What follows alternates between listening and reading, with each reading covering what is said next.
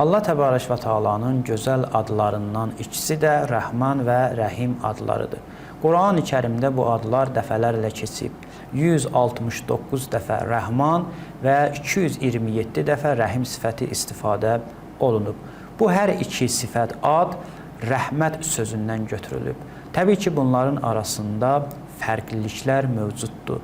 Rəhman sözü mübaliğəni bildirir, yəni çox mərhəmət göstərən. Və Rəhim sözü də sabitliyi bildirir, yəni daim mərhəmət göstərən. Elə ona görə də buyururlar ki, Rəhman sifəti Allah Təbarək və Teala'nın bu gözəl sifəti adı həm möminlərə məxsusdur, həm kafirlərə aiddir. Və həmçinin buyururlar ki, Rəhim sifəti isə yalnız möminlərə məxsusdur. Necə ki, Quran-ı Kərimdə buyurur, Vallahu yaxtassu bi rəhmətihi mən yəşa. Allah mərhəmətini istədiyi şəxsə məxsus edər, xüsusiləşdirər.